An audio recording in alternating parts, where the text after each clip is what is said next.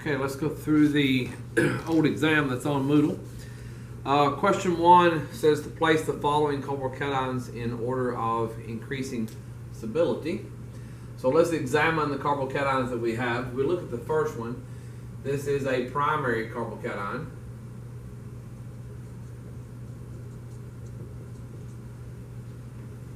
The carbon that has the plus charge is only attached to one other carbon directly, so that's a primary.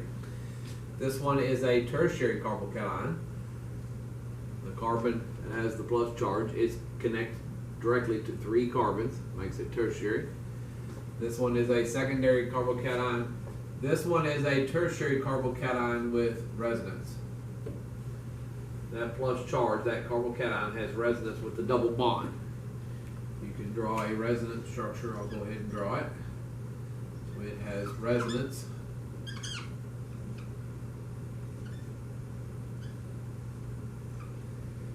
Now we talked about those that have resonance.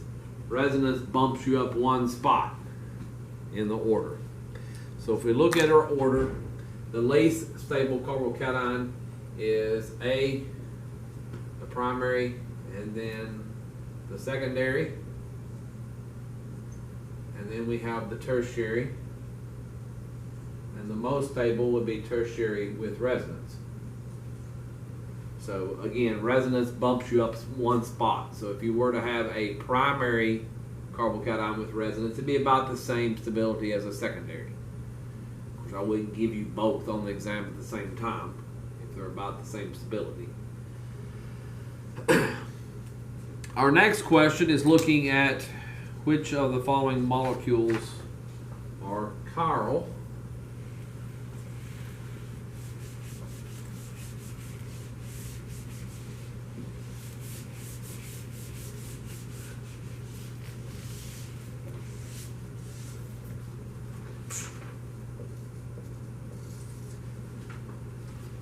So our first one here is 2-bromobutane. Let's go ahead and draw it out.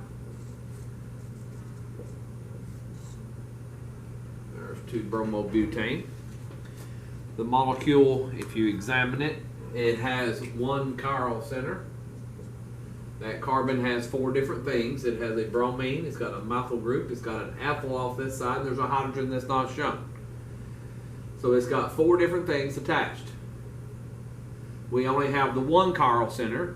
So if you recall, one chiral center automatically makes it chiral.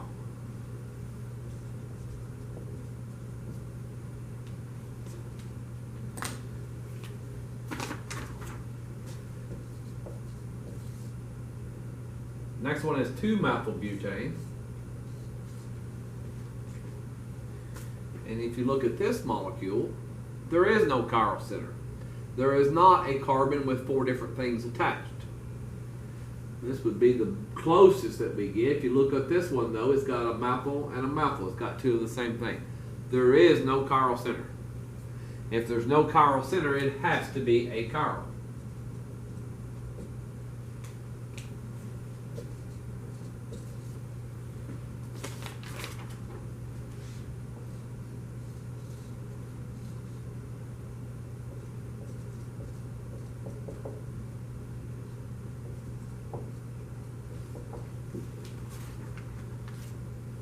Looking at our next one. Again, if you look, there is no chiral center.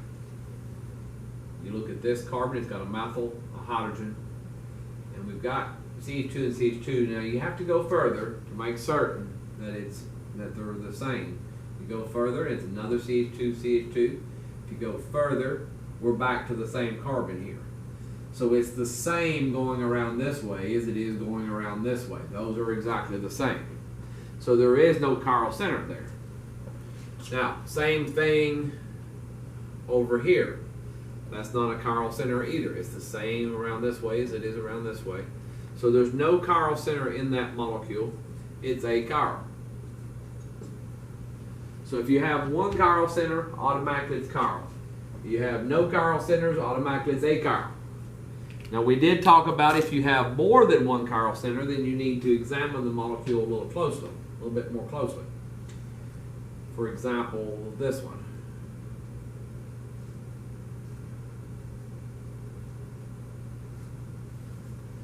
I were to look at something like this, does have chiral centers. There's two chiral centers. This is a chiral center, and this is a chiral center. Now, if you have two chiral centers, then the easy way doesn't work. Easy way, you got one, automatically it's chiral. You got none, automatically it's achiral. If you've got two or more, you need to look for a plane of symmetry. Does it have a plane of symmetry between those chiral centers? And if you look between those two chiral centers, there is a plane of symmetry. The left side is a mirror image of the right side. So this molecule is achiral because it has that symmetry in it.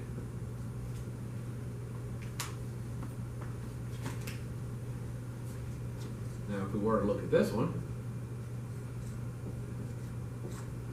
all I did was change the bromine to chlorine. Chiral center, and there is no plane of symmetry between the two chiral centers. There is no plane of symmetry. This side is not a mirror image of that side because one side's got a bromine, one side's got a chlorine. So there's no mirror plane in the middle of the molecule, in between the chiral centers. So this molecule is chiral.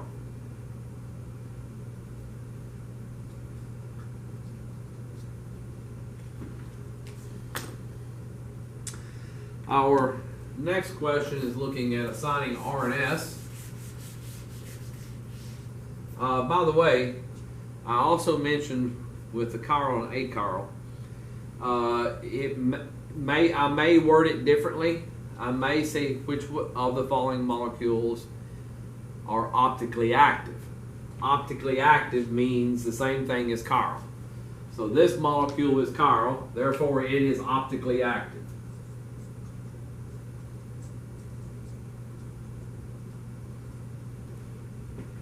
If it's achiral, it's optically inactive.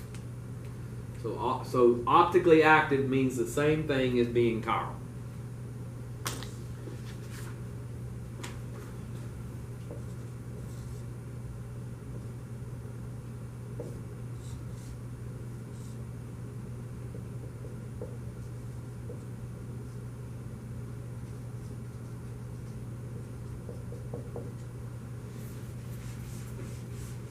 So again, question 3 is asking us to assign R and S to the chiral center.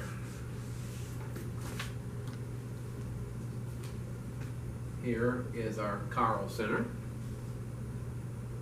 Whoop, wait a minute. Something ain't right. I'm leaving something off. Okay. Now it's a chiral center. Like something's wrong. Okay, let's assign R and S to that chiral center. We need to first assign priorities to the 4 different groups that are coming off of that carbon. We've got bromine, nitrogen, we've got carbon and carbon. We know bromine is the highest priority. Then nitrogen, looking at atomic numbers. Now, so that's 1 and 2. Here we have carbon and carbon. It's a tie. So you have to go out further. You go out further, this carbon's attached to a carbon, this carbon's attached to a bromine. Bromine beats the carbon. So this is number 3, and this is number 4. Now, before we can read off 1, 2, 3, we need to get number 4, the lowest priority, in the back. It must be on the dash. So I mentioned the double exchange. Exchange number 4 with whatever's on the dash. It does not matter if it's a 1, 2, or 3. It happens to be a 1 in this particular example. But whatever the number is, exchange those. So that puts 4 over here and puts 1 over here. Now we must do a double exchange in order to get the same molecule. By the way, if you only do a single exchange, it's the enantiomer. So we got to do a double exchange to get the same thing. So I'm going to switch the other 2. So that puts a 2 here, 3 here. So remember which color I'm looking at here. We're looking at the green ones. I've got number 4 in the back. It's on the dash. Now I can read off 1, 2, 3. 1, 2, 3. We are going counterclockwise as we read these off. This is an S assignment. If we look at the next one,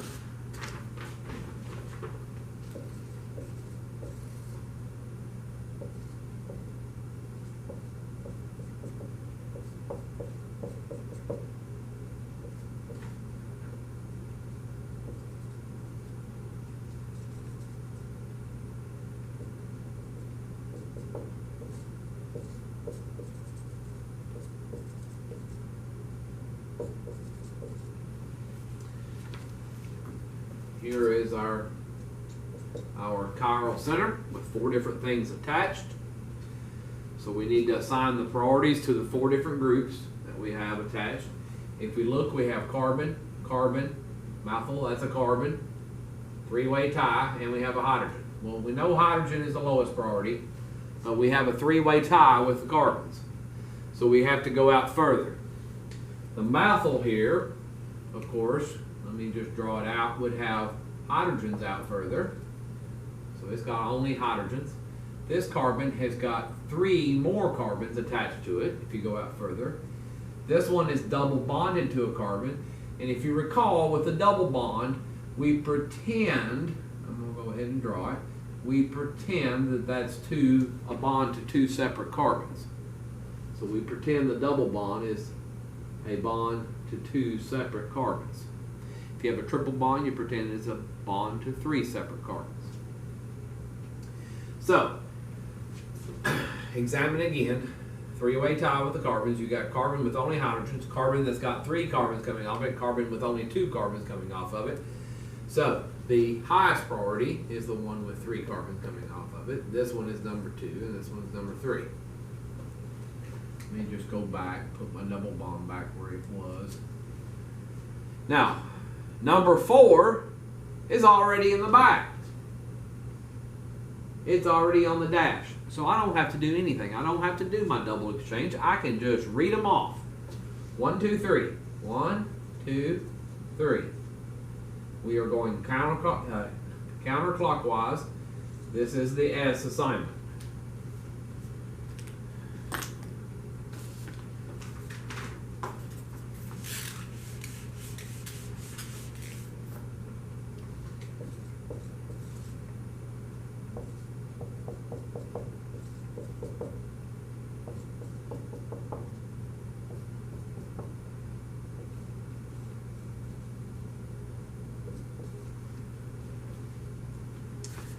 Okay, our next one here. Again, we're going to assign priorities to our chiral center. There's the chiral center. We'll assign priorities to the 4 different groups attached. So if you examine, we have chlorine, oxygen, carbon, hydrogen. Chlorine is top priority, highest atomic number, then the oxygen, then the carbon, and the poor little hydrogen is number 4. Now we've got to get number 4, the lowest priority. We have to get number 4 to the back. We have to get it on the dash. So we're going to do our double exchange. Exchange number 4 with whatever is on the dash. Doesn't matter what the number is. It happens to be a 2 in this particular example. But we're going to switch the 4 and the 2. So that gets the 4 on the dash. Now we must do the double exchange, so we're going to switch the other 2. That puts 3 here and 1 here. Now we're looking at the blue ones now. Got number 4 in the back. You forget about number 4 and read off the other 3 numbers. We are going 1, 2, 3. We are going clockwise. That is the R assignment.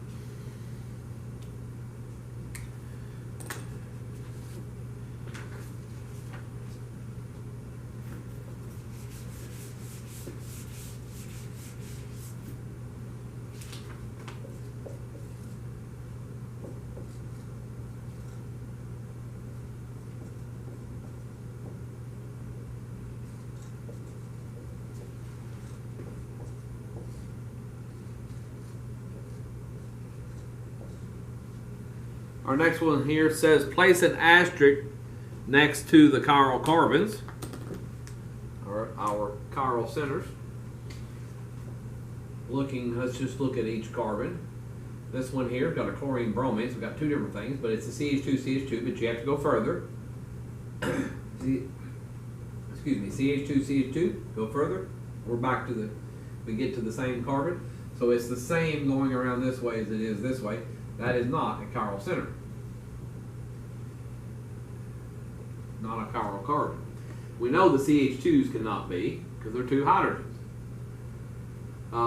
We get to this carbon looking at this one. That one would also be the same around this way as it is this way, so it's not a chiral center.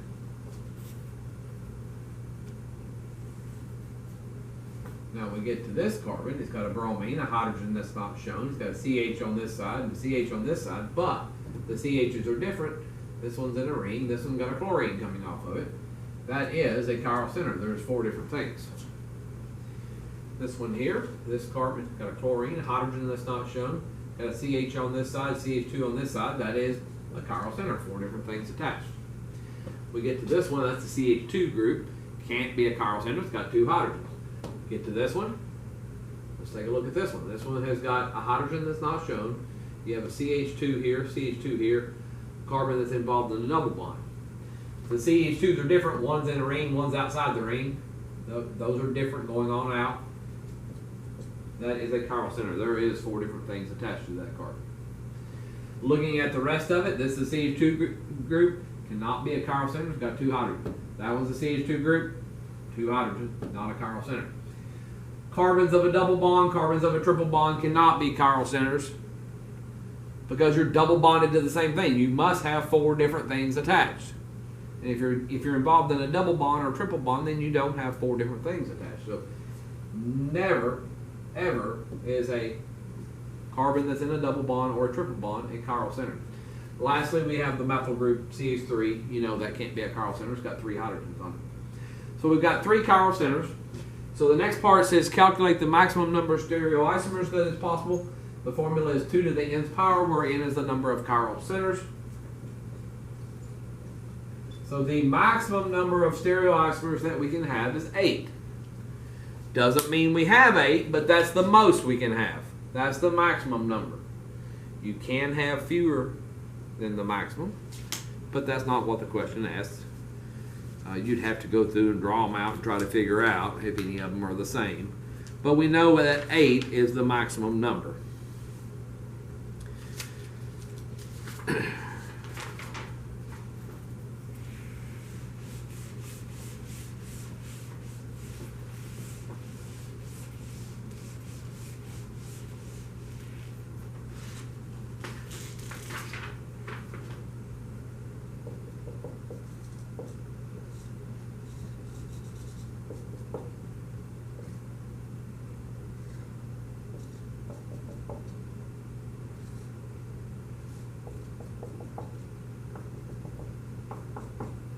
Okay, let's look at our next one here.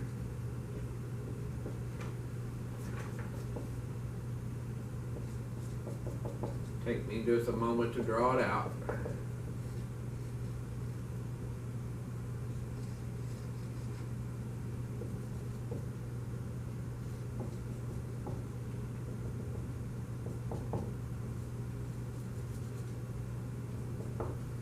Now you might be able to visualize this, so it's said to circle the term that best describes the relationship. So either they're the same compound, enantiomers, diastereomers, or constitutional isomers.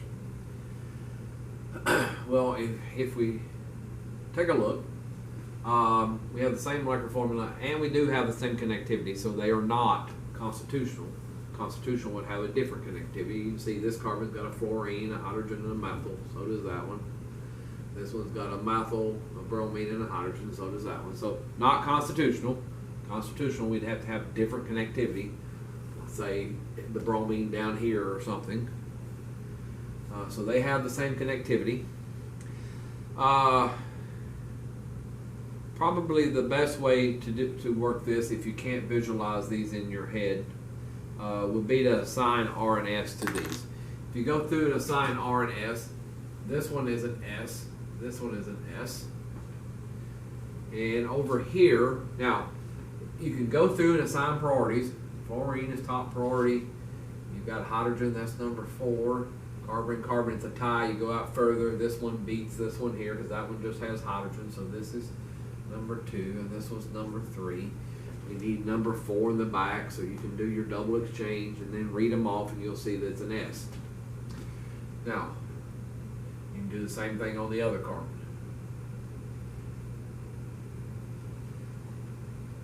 We're going to do the same thing on this one. Now, I didn't have to go through and assign priorities on all of this, because if you look, just take a look at this carbon. Fluorine and hydrogen, fluorine on the dash, hydrogen on the wedge, fluorine on the dash, hydrogen on the wedge, methyl coming out. Those carbons are the exact same thing. So I can just put an S there. I know that's an S. Now the one up here at the top, you can't, might be difficult to see right off the bat that those are the same. So let's go through and assign R and S on that. So we got 1, hydrogen is 4, carbon, carbon, tie, you go out further. This one's got a fluorine, that one got just hydrogen, so this is number 2. This one's number 3. We already got number 4 in the back. 1, 2, 3. That's going counterclockwise. That one is an S as well. We've got an SS versus an SS. That is the same molecule. To be enantiomers, they have to be the exact opposite. So if this is an SS, the enantiomer would be an RR, would be the enantiomer.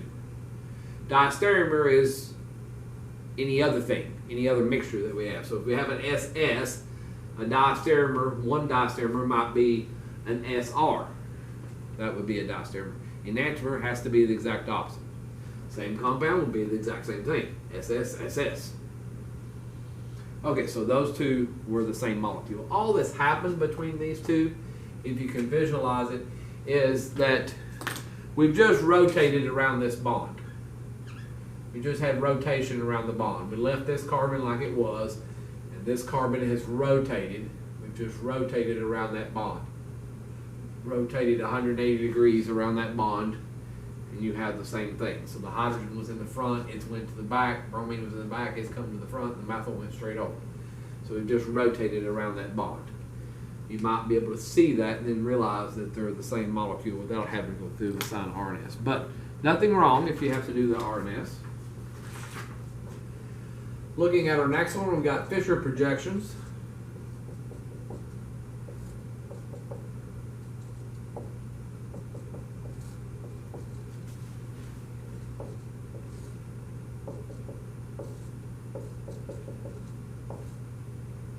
Hopefully you don't have to assign R and S on this one, but you can if you need to.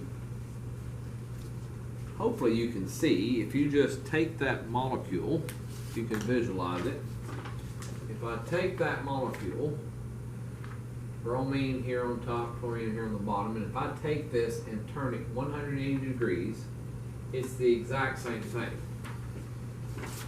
Now you're allowed to rotate that whole molecule, turn the whole thing, in the plane here 180 degrees. What I'm not allowed to do with the Fischer projection, I cannot flip the molecule. You cannot flip it over. If you flip it over, then that changes the dashes and wedges. Remember, in a Fischer projection, all vertical lines represent dashes, all horizontal lines represent wedges. So I can turn the whole molecule. I can't flip it. That's not allowed. I cannot rotate around a bond like I did here in the first one. That's not allowed, because then you're changing the dashes and wedges. Now, if you go through and assign R and S, this one is an S, this one's an R, and over here, this one is an R, and this one's an S. You might say, well, it's just the exact opposite. SR, RS. No. Look, the one with the bromine on it is an S. The one with the bromine is an S. The one with the chlorine is an R. Over here, the one with the chlorine is an R. They are the same molecule. Again, it's just turned around 180 degrees. Just took the molecule like this and turned it around, rotated around, turned it 180 degrees. Those are the same molecule.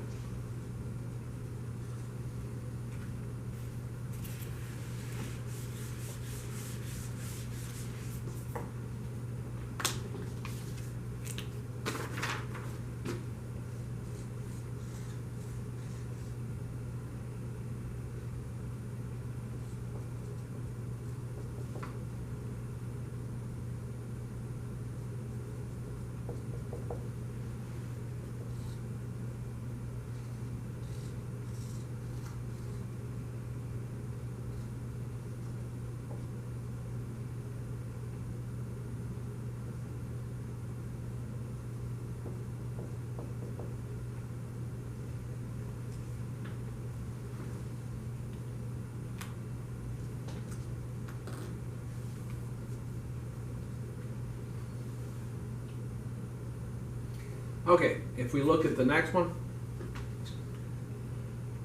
let the hydrogen off there, that's okay.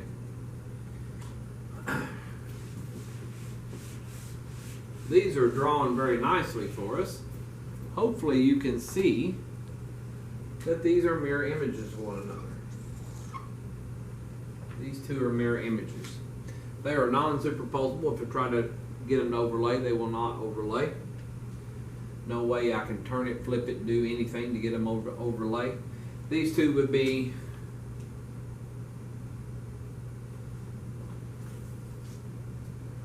I circled the wrong answer on my answer sheet.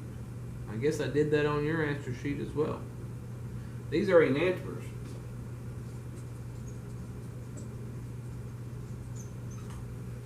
I hope I did not put, I guess I did. I wrote this out the other night really late. I wrote diastereomers. Those are enantiomers. They are non-superposable mirror images. Those two are enantiomers of one another. They are non-superposable mirror images of each other. If you need to go through and assign R and S, you can see that as well. So let's see. We got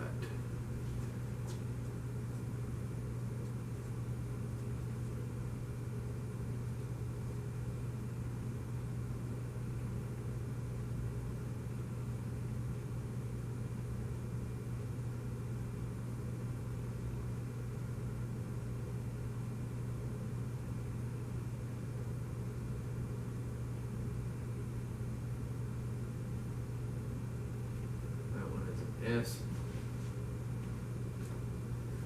Now here in the ring, this right here is representing going back. That's the dash, and this one is in the front. That's our wedge. You can go through and assign it on this one here as well.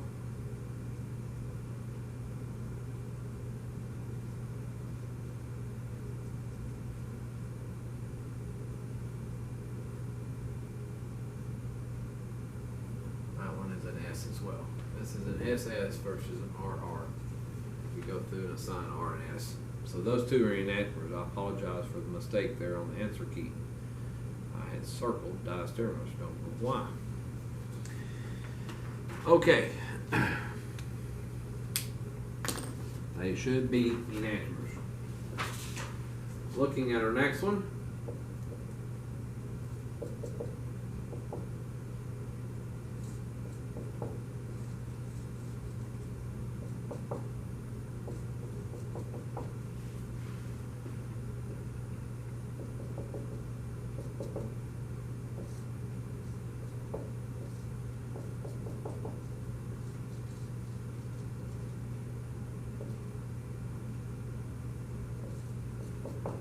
Should be an easy one. It does have a chiral center. You can go through and assign R and S if you need to, but hopefully you don't need to on this one. If you examine what we have, mouth at the bottom, 4 sticking out to the right, 4 sticking out to the right. But over here, if you notice, these two groups have been switched.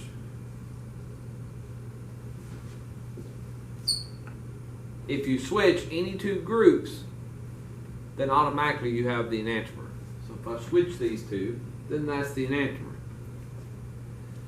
So these two are enantiomers. Now if you need to assign R and S, this one is an R, this one has an S assignment if you need to do that. You can see they are the exact opposite, so those would be enantiomers.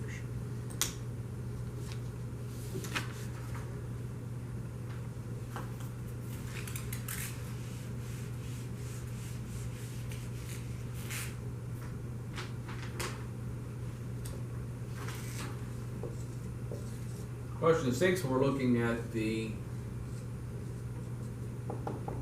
mechanism for this reaction.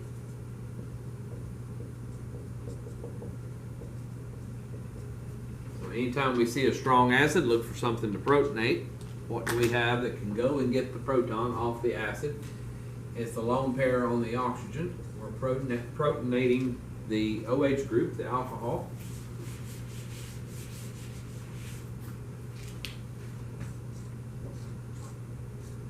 So what we've accomplished is we've turned that OH group, a 4 leaving group, into a water molecule that is a good leaving group.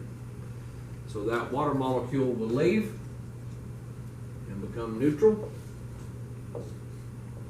and that leaves us a carbocation. And we got water out here somewhere that's neutral. Now, that is a secondary carbocation. If you can get to a tertiary, it will. So this does a hydride shift.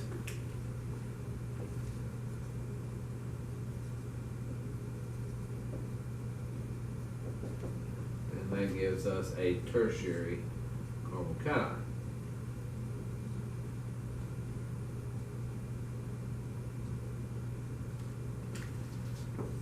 Now to finish this off, the water that we kicked off, that left out there earlier, the water is going to grab a beta hydrogen. Alpha is where the cation is. The next one out is beta. I have beta here. I have beta here and here. We want the more stable alkene, so that would be to go to that red beta position. Grab the hydrogen off of that carbon. So the water is going to come and grab one of those two beta hydrogens. Electrons kick toward the alpha position to form the double bond. And there's the alkene that we get. We get the more substituted alkene.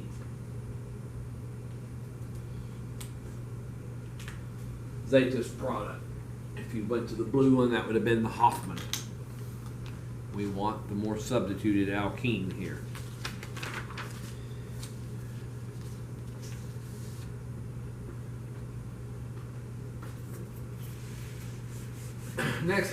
Next, let's look at some reactions.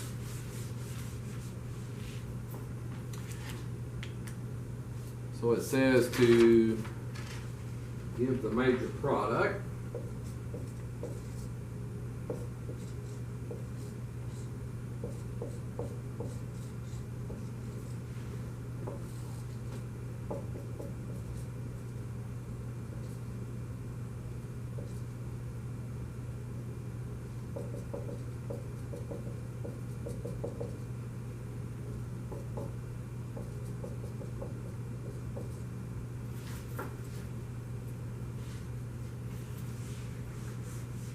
Okay, let's see what we've got here. So we've got an alkyne. We have two equivalents of sodium metal.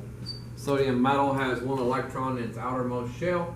That's going to transfer one electron to the alkyne. Single electron transfer set.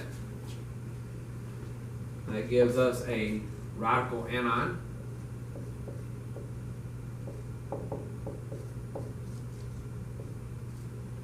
That anion will pick up a proton from the amine that we have in there. The amine is a weak acid. And that carbanion is a very strong base.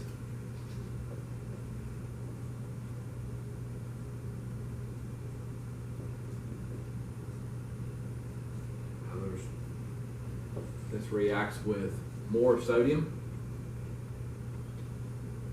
We'll have another set reaction.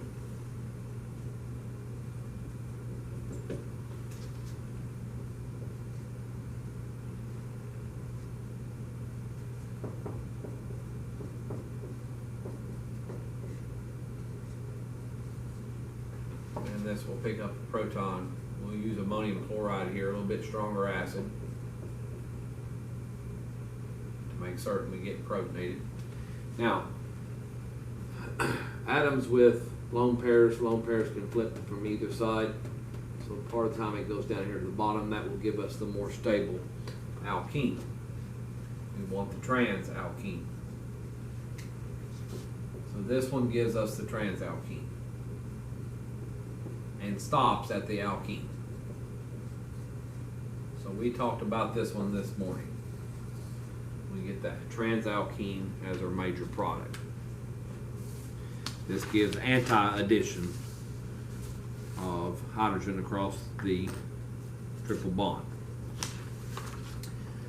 Looking at our next one,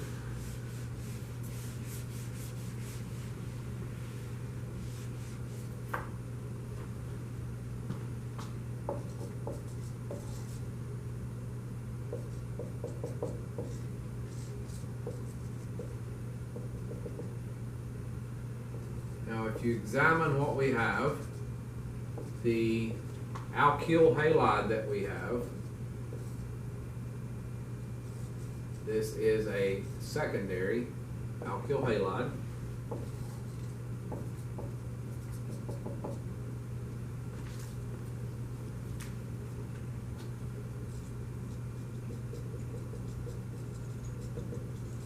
We have secondary alkyl halide with a strong base. Secondary alkyl halide with a strong base, we'll do an E2 elimination.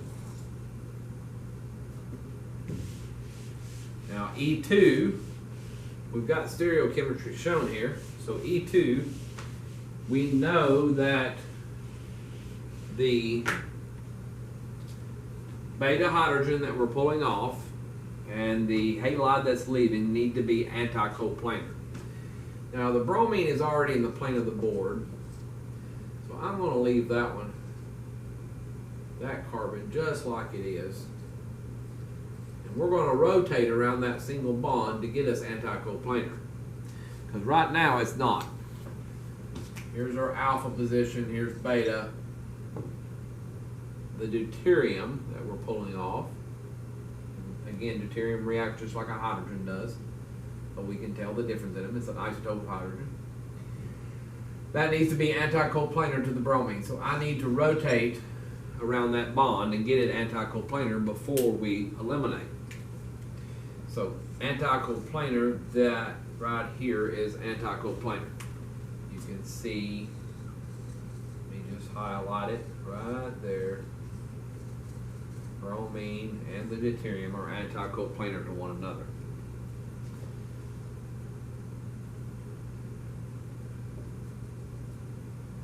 Now if you rotate around that bond, if I bring the deuterium to the bottom, that takes the methyl up, but it's still going to be in front, and it takes the ethyl to the back. When you rotate around a bond, you must move all three groups. All three groups have to move. So there's what we have. Now the base can grab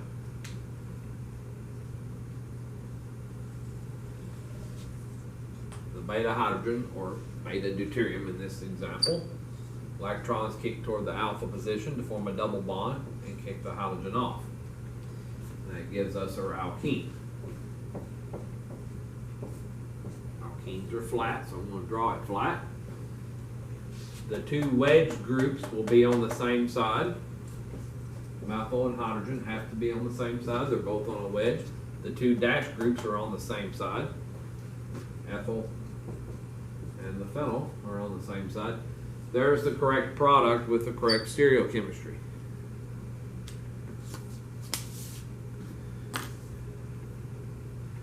We get the Z isomer here. If you were to go through and assign E and Z, that would be a Z.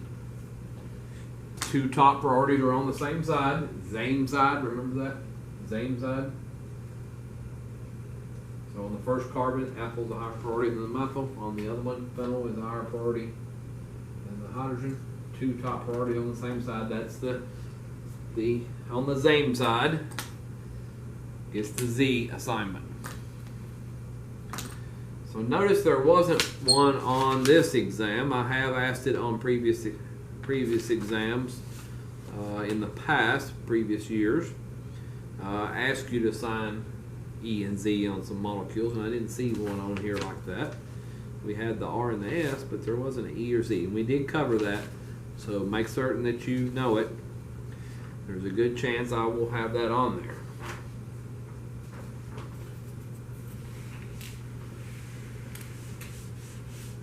I would say a really good chance.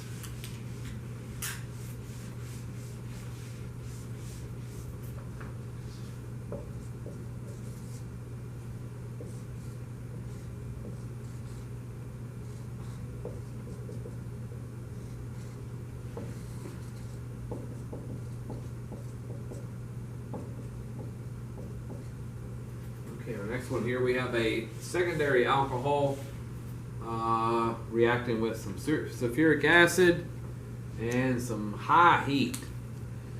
Now, as we've mentioned 1,000 times, anytime you see a strong acid, look for something to protonate. What do we have that can go and get the proton off the acid? Well, it's the OH group.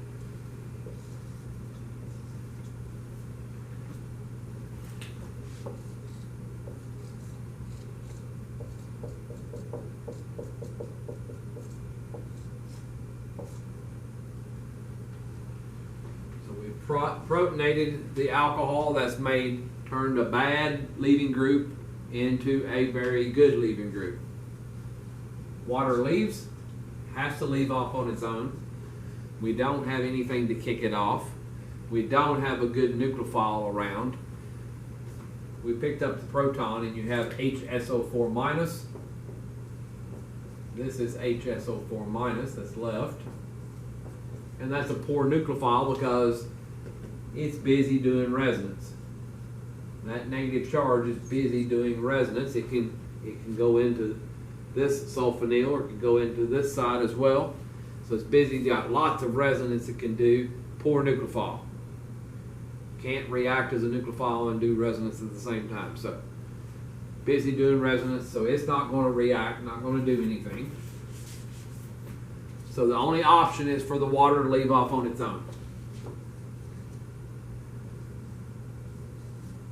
Now that gives us a carbocation. And we lost water out here. I'll go ahead and write it. Let's examine carbocations. Anytime we have a carbocation, watch for cation rearrangement. That is a secondary carbocation.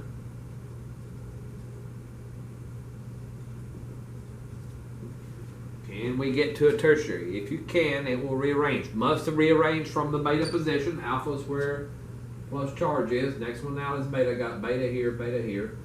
Doesn't help us if we get the cation over to here. It would still be secondary. But if I can get it to here, it'd be tertiary. So that's what we're going to do. We're going to do a hydride shift.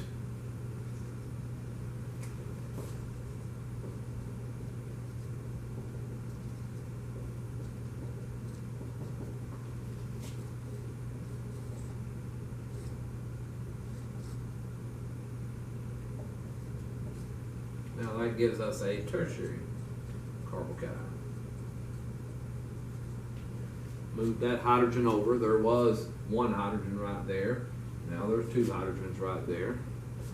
We move the hydrogen over, and that, as a result, gives us a new carbocation. Remember, we don't move cations. It's just we create new ones. Cation is empty space like a hole in the ground. You can't move a hole in the ground. But you can dig up some dirt, the hydride, and fill in the hole, and we create a new hole. Now, finish this out. We take water. Water is going to grab a beta hydrogen. Alpha is where the cation is. We have beta here. Beta here, but there's, go ahead and put it, beta here. Beta here. Beta here. Now, we've got three different beta positions. So the water could grab a hydrogen from any of those three beta positions. You want the more substituted alkene. Let's just draw up the potential products. So if we come and if the water grabs a hydrogen off of this beta position, and the electrons kick in to form a double bond. Here is the alkene that you get. If you go to the blue beta position, if water grabs a hydrogen off of it, this is the alkene that you would get. And if we grab a hydrogen off the green beta position there, this is the alkene that we would get. We want the more substituted alkene, the more stable alkene. If we examine these, this one's tetrasubstituted. That alkene is tetrasubstituted. This one's trisubstituted. This one's trisubstituted. We want the more substituted alkene. It's more stable. This is the major product.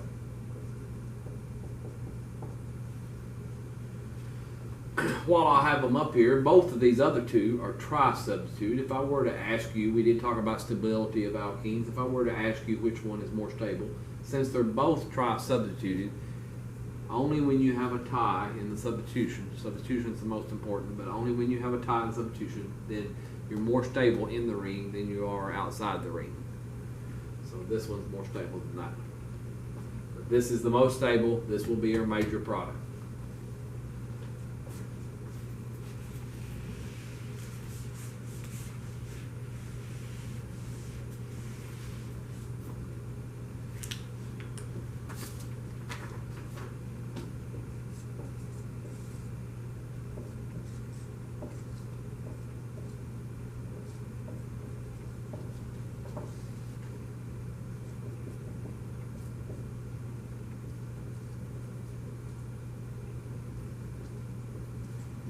Now, next one here, let's examine what we have. I see an alkyl halide. This is a tertiary alkyl halide.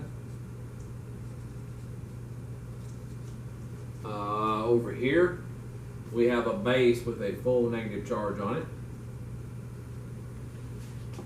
Tertiary alkyl halide with anything that has a full negative charge will do an E2.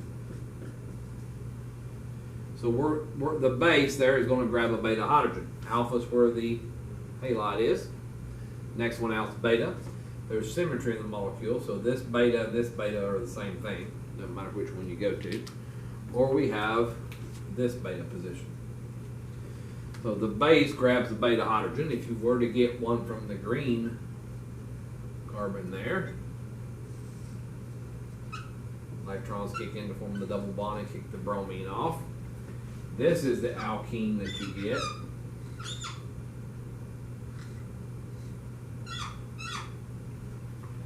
If you went to the red beta, one of the two red beta positions, no matter which one you go to, this is the alkene that you get. Now, which one is the major? This one is the least substituted. This is the major. This is the Hoffman product. This is our strong hindered base. That big, bulky hindered base gives the least substituted alkene. This one's di-substituted, this one's tri-substituted. We want the least substituted, that di-substituted. So this one is our major product. Erase the other one off. We want the major product. Now on the exam, if you happen to draw both, circle the major. Tell me which one is major. Either circle it or write major under it or whatever. I must know which one is the major product. Okay. I've been going close to an hour, so I'm going to take a break here. This will end part 1 and I'll post a part 2. I'll finish out the exam.